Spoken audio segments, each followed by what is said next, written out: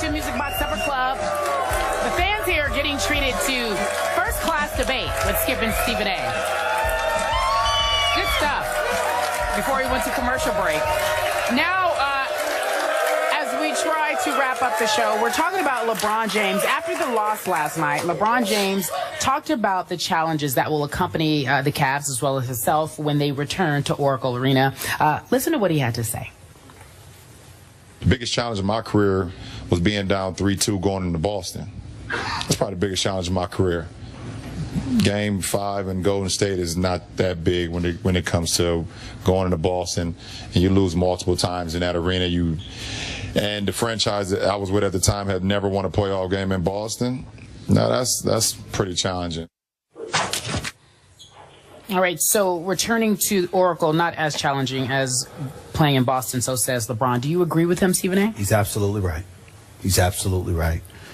I heard him make that statement, and I hearken back to them losing the finals to Dallas. You got to remember, when he departed from Cleveland, half the nation was rooting against him. And one of the things that went unnoticed, and this certainly wasn't the case here in Cleveland, because Cleveland, it was just about Cleveland. He had left Cleveland. But Skip, it got to a point where, in a roundabout way, it had almost touched on racial lines because the vitriol aimed in his direction was so intense. My brothers and sisters in this room know that when somebody aims their ire so intensely at someone black, usually black folks rise up and they will come to your defense, if for no other reason than they feel the weight of the world being placed on you. And collectively as a people, it just resonates with us. And we're like, we don't like this because now you're crushing them. We understand it may not have been perfect, but damn, cut them a break. And that was the mentality outside of the Cleveland area, Northeast Ohio, and the fan base. I'm just talking nationwide.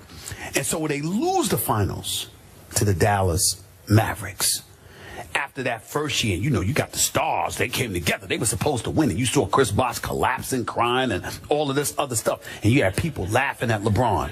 And then that even mounted the pressure even more, especially from yourself, when you talked about going in that next year. Yep. All right? Against Oklahoma City. But before Oklahoma City, you went against Boston. And Boston with KG and Ray Allen and Paul Pierce and Rondo was standing in your way. And they were up 3-2 because I think they had won Game 5 in Miami. And I left Bristol and went straight to Boston. I was like, this is it. I mean, you lose this. It was one of those moments. I truly believe if LeBron had lost that series, he would have never recovered. And to this day, he would have been searching for his first world title. Wow. It was that big. And that man looked like a man possessed. I mean, you saw his eyes. I was there, courtside. I was in the hallway when he's walking in the locker room. I have never in my life seen him and most other athletes more locked in. Like, he literally looked like a man possessed. I mean, it was nothing else that mattered. And to show up, he looked scary. And he ended up dropping 45 and 15. And it was clear within the first quarter that Paul Pierce and KG and them looked at him and was like this, oh my God, what is this about? Because he didn't seem, it was like an out-of-body experience. I can't explain to y'all what it was like to see him that day. It was the kind of thing, it was almost tantamount to somebody, some amateur walking into the ring with Mike Tyson in Mike Tyson's heyday, trying to walk into that ring. Like, oh my God, what have I got myself into? Yep. That's how LeBron looked that night. That was the biggest challenge. Which is why I liked it. I thought it was shrewd on his part to bring that up last night, to take a little pressure off his teammates, and also to remind Golden State, I've been here before, and I have played sensationally on this stage under similar circumstances. Before we finish this topic, I'm going to take a quick left turn because we have found a young man here from Cleveland named Lonnie who has a tattoo that we would like to show our viewers, because you want to talk about being all in. Mr. Lonnie is all in. He's got a 2015 championship tattoo for the Cleveland Cavaliers. So, All Lonnie, in. Okay. man, are you still got the faith, brother? Because if you lose this, you're going to be stuck with that tattoo. Is it something that's removable? Or you can just change the 2015 to something else. Right? It's happening this year. It's happening this year. This Talk man about has it. faith. It's happening this year. Is it removable? Cavs in 6. Cavs in 6. Cavs in 6. Lonnie's convinced. He has a 2015 you like his chances? tattoo. Oh. I don't like his chances, but I haven't given up. But I don't like his chances. But you know, I mean, you know. All right. Yeah. Hey. Yeah. Hey. Hey. Hey. You Good got to luck like with the that. man's faith. Good luck with that. Lonnie, we appreciate your faith, and we wish you guys the best of luck with your Cavs in 6. When we come back, we discuss the Game 5 preview from the fellas. Back in a moment.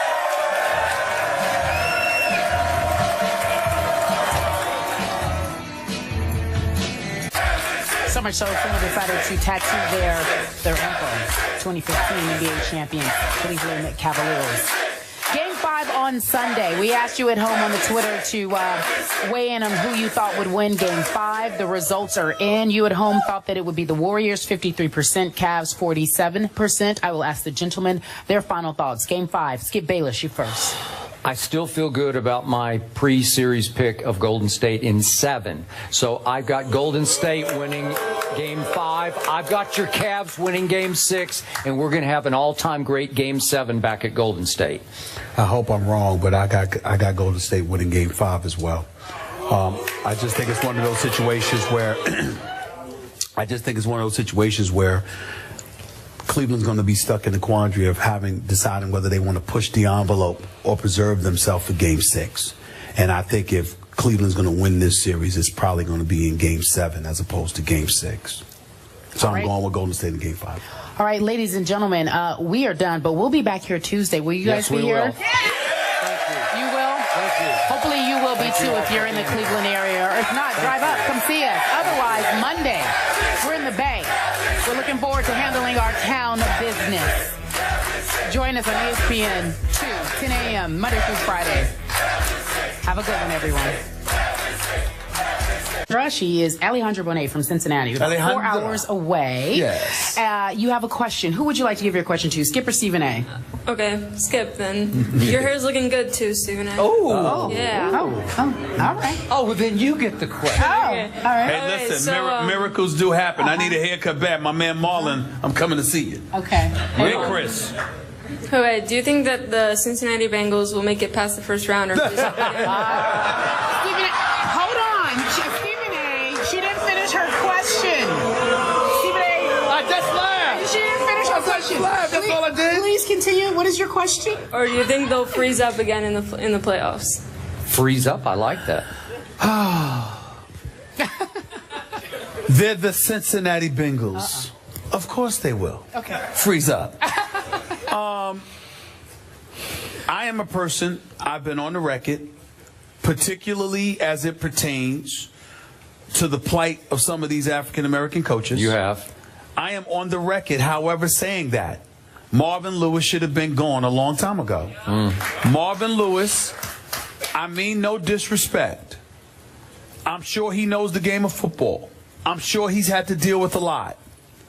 But to go 12 years without one single playoff victory, that is supporting mediocrity.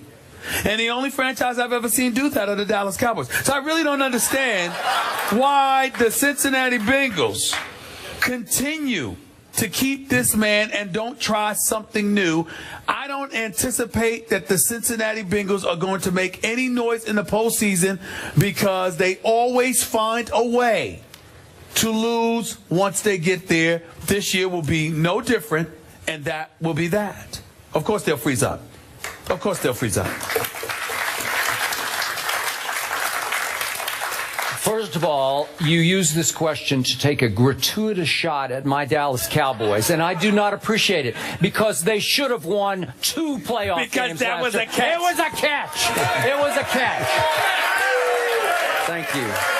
It was a catch. You know it. I know it. They all know it. I told you it was a catch. Yeah. I told you it was Thank a catch. you. But I Thank told you an accident waiting to happen. Something would get in the way. I told you that's the Cowboys. And that's what happened. So back to the question. Yes. And I do appreciate your stance on Marvin Lewis. I'm with you on that. I have a feeling with you're a Steelers fan. They're on the rise. I think they're going to be a factor this year. I know you guys hanging with your Brownies. I get it. The defense is playoff worthy. Not sure about the offense, but this might be the year that Cincinnati doesn't even make the playoffs. I just have a feeling. I just have. They get in their own way. Yep. They don't prioritize winning the way that they should, and their coach exemplifies that because there has been no progress in recent memory. They're a playoff team, but that's all they are, and they don't even win in the postseason. It's inexcusable. Alejandro, thank you for your question. Yeah, thank you. We are done with Carrie's Court, but when we come back, we're talking about Game 4, LeBron James' performance. We're handing out grades, letter grades, A through F. What do you think? Stick around. First Take just getting started. We'll be right back in just a few moments.